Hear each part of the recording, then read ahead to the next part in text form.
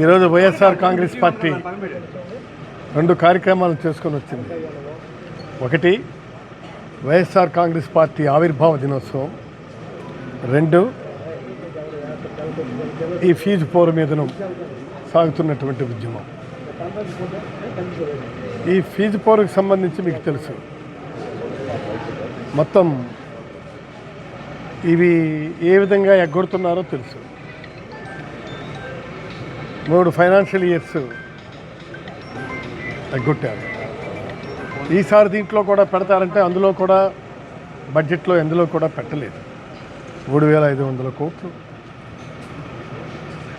Fee పోరుకి ఇవ్వాలి. 1,100 కోట్లు hostel వసతి మెయింటెనెన్స్ వీటికి ఇవ్వాలి. తర్వాత మీరు ఎంత చేసినా కూడాను ఈ ఒక్క ఉద్యోగం కూడా మీరు ఇవ్వలేదు, తీయలేదు. డిఎస్సి పోస్టులు అంటూ ఏ ఒక్కటి మీరు తీయలేదు. దీన్ని ఏమనుకోవాలా? ఇది ప్రభుత్వం అనుకోవాలా, లేకపోతే పనిచేస్తున్న ప్రభుత్వం అనుకోవాలా, చేతగాని ప్రభుత్వం అనుకోవాలా? ఈ ప్రభుత్వాన్ని మేము ఏమైనా భావించాలి? చాలా కబుర్లు చెప్తున్నారు, చాలా విషయాలు చెప్తున్నారు.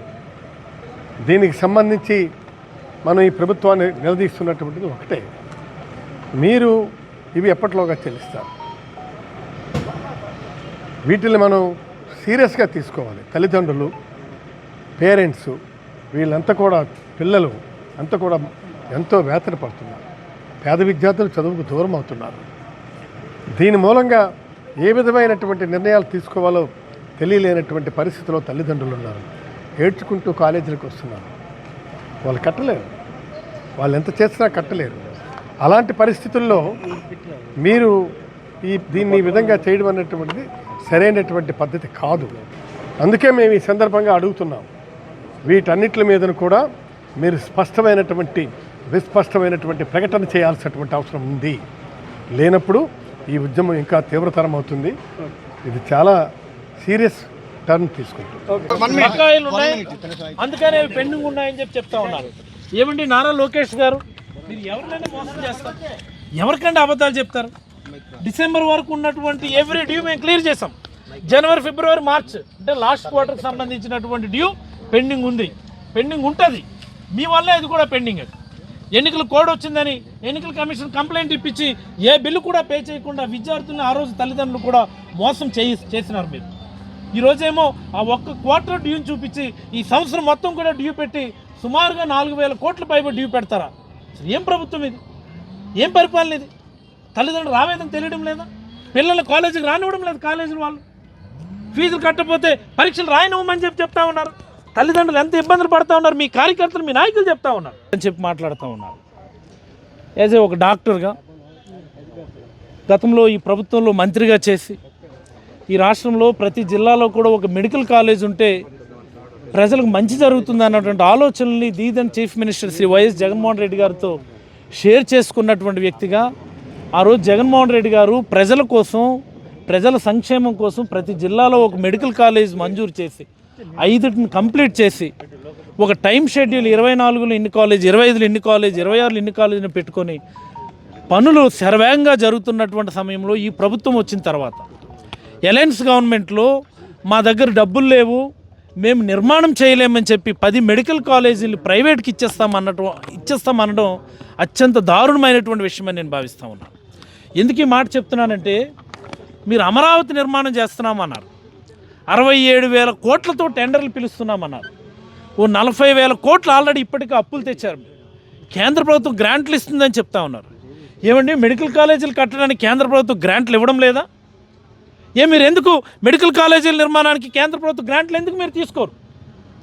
4,000 కోట్లు పెడితే ఆ 10-11 మెడికల్ కాలేజీలు కూడా పూర్తి అయిపోయేటటువంటి పరిస్థితి. 4,000 కోట్లు ఆంధ్రప్రదేశ్ ప్రజల కోసం పెట్టడానికి మీ కష్టం. మీ దగ్గర డబ్బులు లేవు, మీ దగ్గర బడ్జెట్ లేదు. మీ సొంత మనుషులకి, మీ సొంత సామాజిక వర్గానికి, మీ సొంత పార్టీ మనుషులకి కేటాయించుకోవడానికి, లేకపోతే వాళ్ళ అభివృద్ధి కోసం అని చెప్పి 67,000 కోట్లు పెట్టి మీరు నగరాన్ని నిర్మించాలని మీరు ప్లాన్ చేస్తూ ఉన్నారు. ఏమిటి దారుణం? నాకు అర్థం కాదు. మా ఉత్తరాంధ్ర ముఖ్యమైనటువంటి నగరం విశాఖపట్నాన్ని అయితే ఎలాగో మర్చిపోయారు మీరు. విశాఖపట్నంలో జరగాల్సిన పనులు సైతం ఆపేసి ఆ నిధులు మీరు మళ్లించుకుంటా ఉన్నారు. కనీసం పేద ప్రజలకు అవసరమైనటువంటి మెడికల్ కాలేజీల నిర్మాణానికి డబ్బులు లేవన్నటువంటి మాట ఏమిటా మాట, ఏమిటా గవర్నెన్స్? ఏంటో అంత పెడసరి మాటలు. ఆ వైద్య శాఖ మంత్రి, ముఖ్యమంత్రి గారు 4,000 కోట్లు పెట్టడానికి మీకు కష్టమండి. 60-70 వేల కోట్లతో మీరు రోడ్లు, బిల్డింగ్లు, బొలేరోలు పెట్టుకోవడానికి మీకు డబ్బులు ఉన్నాయి. ఎంత ఆవేదన ఇది! ప్రజలందరూ దీన్ని గమనించాలా. రాష్ట్ర ప్రభుత్వం ఒకసారి పునరాలోచించాలా. మీ హయాంలో 14 సంవత్సరాల హయాంలో ఒక్క ప్రభుత్వ మెడికల్ కాలేజీ పెట్టనటువంటి దుస్థితి నుంచి మీరు బయటపడాలని నేను ఈ సందర్భంగా చంద్రబాబు గారికి హితవు పలుకుతా ఉన్నాను. ఇది ఒక గొప్ప అవకాశం మీకు.